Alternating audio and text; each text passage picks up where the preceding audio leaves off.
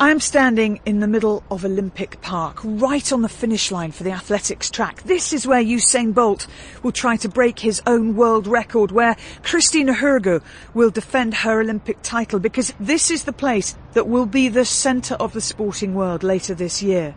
Thousands will compete, 80,000 will pack this stadium, millions will watch as the Olympics and Paralympics come here to Stratford in East London. Sport and the British. The rise of Olympism.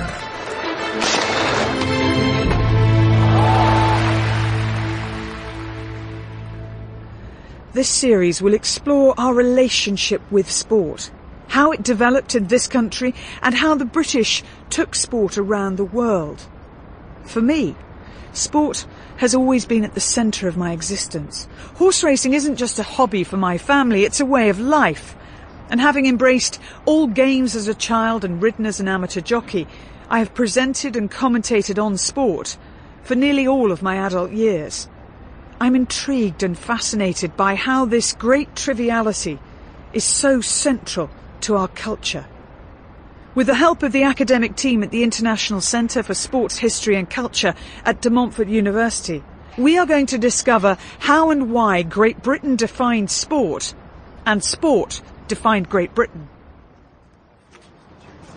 With a view of the Olympic Stadium to my right, straight ahead of me is the concave roof of the Aquatic Centre, and around to my left we've got the great big white mattress-looking building that will house the basketball, and next to it another concave shell-like feature, and that's the velodrome. This place is a monument to sport, and perhaps it's not surprising that the man who helped bring it here to London was himself a double Olympic gold medalist, Lord Coe. How do you see sport and the way it's interwoven in our country? Oh, sport is inextricably linked. It is our history.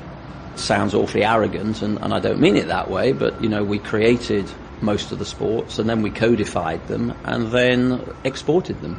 In terms of the Olympic movement and the inspiration for the Olympics and where it came from, what's your understanding about how involved Britain was in that? Well, I always live in this slightly polarised world where if I'm in France, of course, I will pay all due respect and homage to Baron Pierre de Coubertin, who is generally credited with being the founding father of the Olympic movement. Of course, I know slightly different, because if you go to Much Wenlock, they will quite rightly tell you it was the work of William Penny Brooks.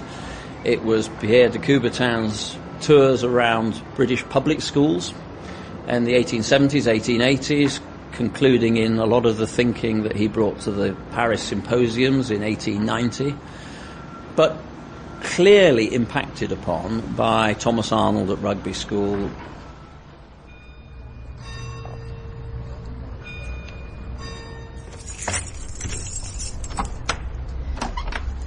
And it was here in the school chapel that de Coubertin began to formulate the belief that school sport had helped build British greatness, and that perhaps it could do the same in his home country of France.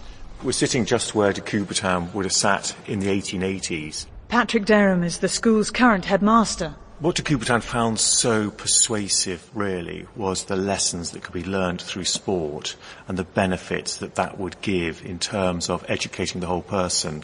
And what he felt that Arnold had done was to introduce the whole idea of athletic chivalry, the lessons that one would learn from taking part in competitive games and playing the game in the right spirit and losing in the right sort of way as well. I find it quite humbling and really quite moving that de Coubertin spent a night in the Rugby Chapel just paying homage and respect to Arnold and what he stood for. Pierre de Coubertin first became interested in sport for patriotic reasons. He believed that inferior physical fitness in young Frenchmen had played a part in their defeat by the Germans in the Franco-Prussian War of 1870.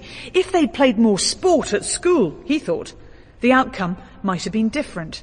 He had a utopian vision of reconciling nationalism and internationalism, whereby nations would compete on the sports field instead of on the battlefield. His celebration of the joy of effort, the educational value of striving to do one Sample complete. Ready to continue?